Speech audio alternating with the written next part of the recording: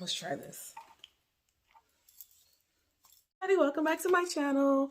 Oh, y'all can see me on the screen over here. Everybody, welcome back to my channel. I'm Ariane from Ermi Days. This is my vlogging channel. So if you are new here, go ahead and hit the subscribe button and like, share, and comment in my comment section. I would love to hear from you guys. I love to hear from you guys.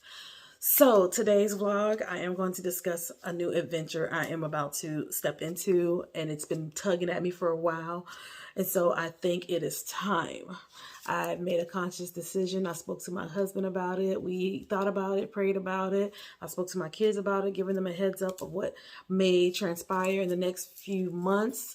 I've been researching, been doing my researching on how I should start and go through the process of getting my feet back in the game, y'all.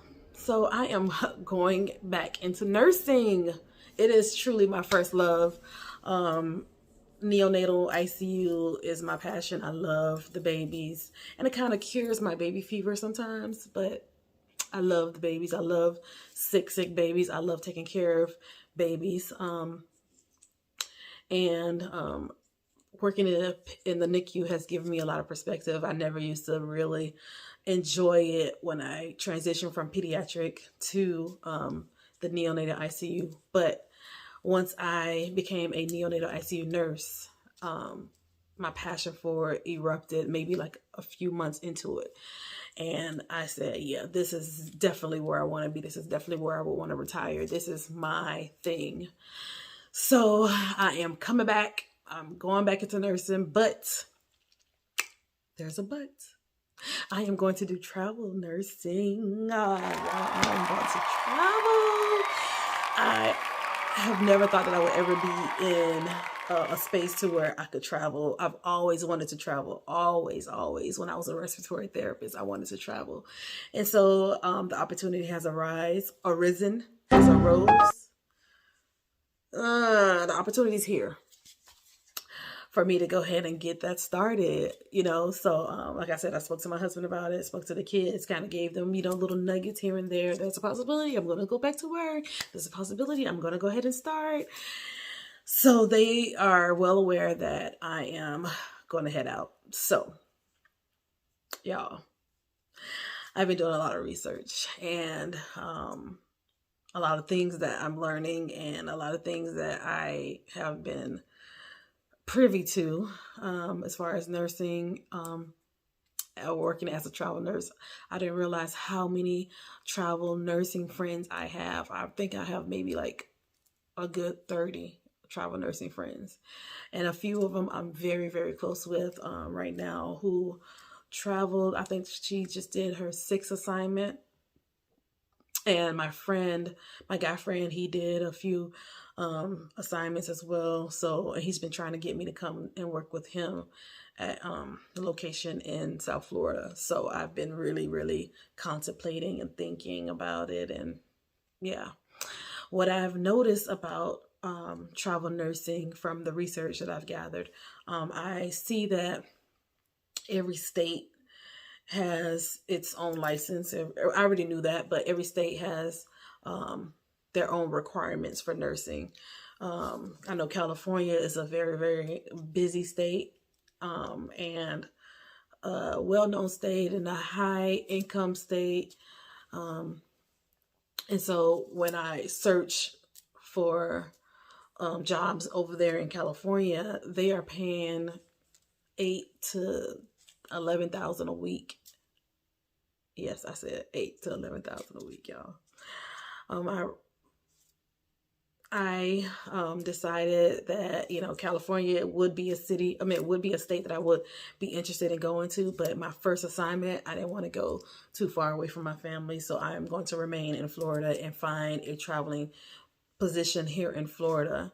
I'm looking towards St. Petersburg, South Florida, Northern Florida, because I currently live in Central Florida. So it wouldn't be, I mean, I wouldn't enjoy it as much being here in the city. I think it would benefit me because I think I have to be like 50 miles or beyond to work in the in the traveling field.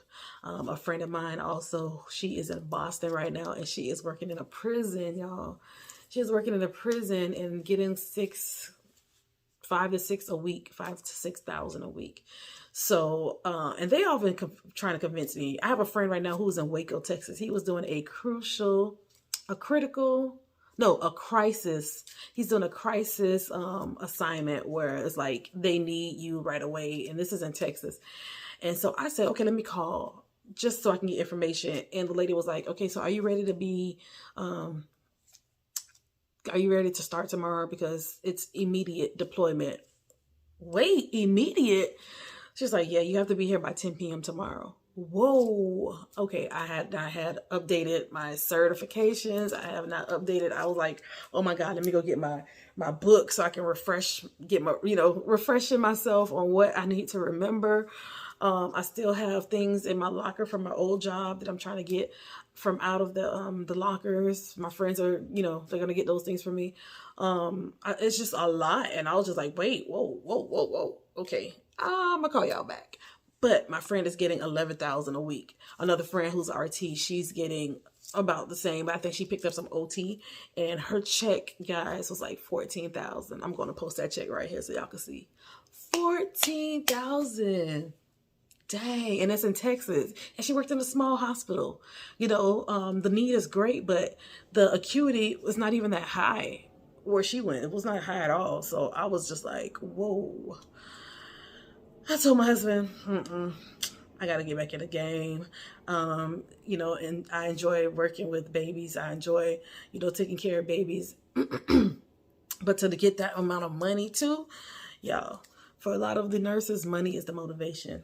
Money is the motivation. I've been a nurse, or I've been in healthcare, I want to say, since 2004 as a respiratory therapist assistant. And I graduated with my respiratory therapy degree in 2006 and started working in 2006. And I have not had any gaps in working. I've always worked all these years until I stopped working at my last job, which has been probably almost a year now. It actually has been a year. It has been a year. So happy anniversary to me for not working for a year. Just enjoying being a stay-at-home mom. I'm talking so fast. I apologize. But I'm excited. One thing that has been coming up is the COVID vaccine. I've been praying about it, thinking about it. I literally had a vision, guys, of myself receiving this vaccine. A few months ago, I had a dream that I literally saw somebody injecting my arm. So I'm like, oh snap. Okay, so I guess it's going to happen. I guess I am going to get this vaccine. So I'm mentally preparing myself to do that before I go and work as a nurse. I actually am probably going to go do that today. Probably just going to go ahead and get the vaccine. I talked to my mother about it. My husband already got his vaccine. I spoke to my kids about it. My kids, we were against it. We were not trying to get it. I didn't have any need or reason to get it. I already had COVID. But I don't want to get it again and then something worse happens. And then I had my debates about why I don't want to get it in the first place. Not enough research. I'm injecting something in my body. So it's just a lot. So anyway, I am probably going to do that today. I'm not too sure yet. But I have made a decision that I have to evolve with the times. I have to evolve. So that opens up a lot of more lanes for me as far as work as well. So I'm going to do my first assignment here in Florida. I have a recruiter. My recruiter is amazing. I actually spoke to one I met through a Facebook group, a recruiter named Michelle. She's pretty cool. She's pretty nice. Very, very vocal with me. But I don't know. I don't know if I was just dragging my feet. And yesterday I spoke to her and she said, time kills the deal. Time kills the deal. So me dragging my feet, I guess, which I didn't think I was dragging my feet. I missed a couple assignments, but the assignments that she tried to get me is like in New Jersey, New York, just northern states, and I'm like, I'm not ready for that. I need to be here in Florida. And she did find a position in South Florida, but I guess her knowledge about nursing did not allow the people to grasp me as their as a nurse for them. I do have level 3 NICU. I do have level 3 experience.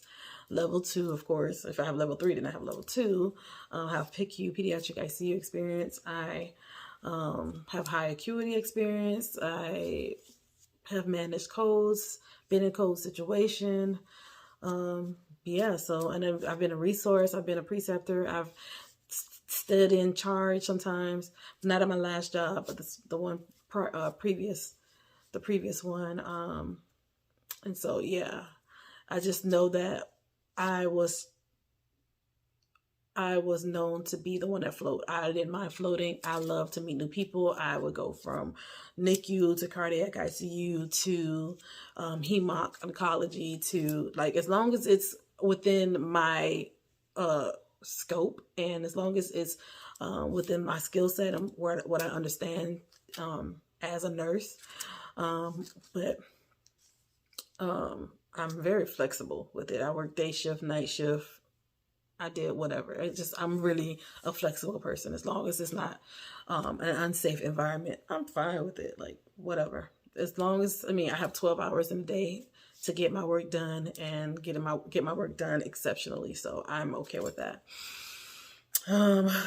Another thing that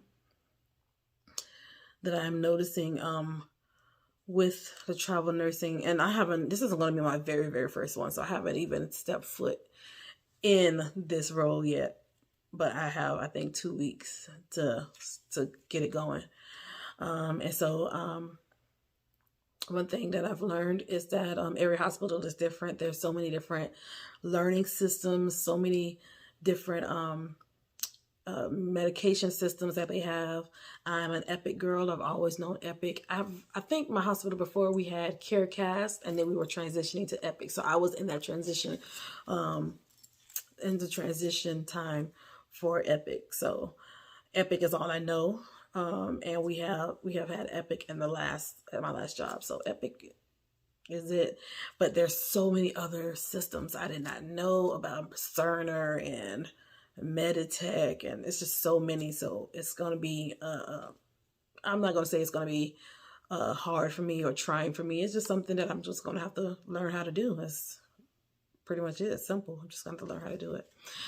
Other than that, I'm excited. I don't know if you guys are travel nurses or have traveled before or planning to travel. If you have any questions, send it in my comment section, or you can email me or whatever.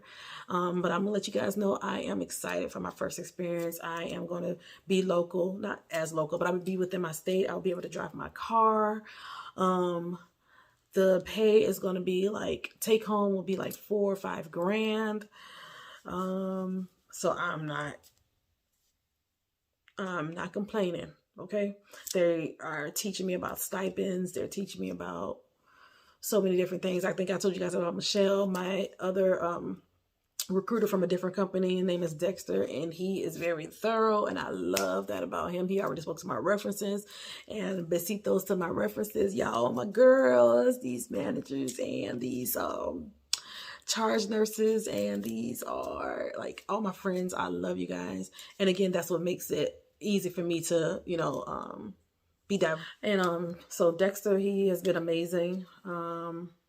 It's pretty much been on top of me. And I spoke to him yesterday, and I've gotten so much completed already. And I spoke to him this morning. He's already telling me that the hospital's asking a couple different questions, and pretty much. So anyway, guys, I'm going to end this vlog here.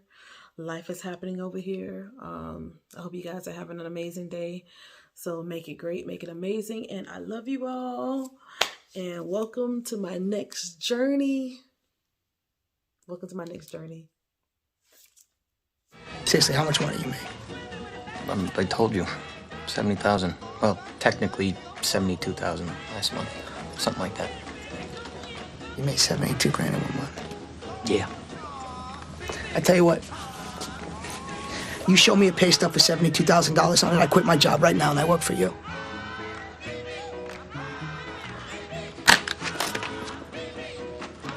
Hey, Paulie, what's up? No, yeah, everything's fine. Hey, listen, I quit.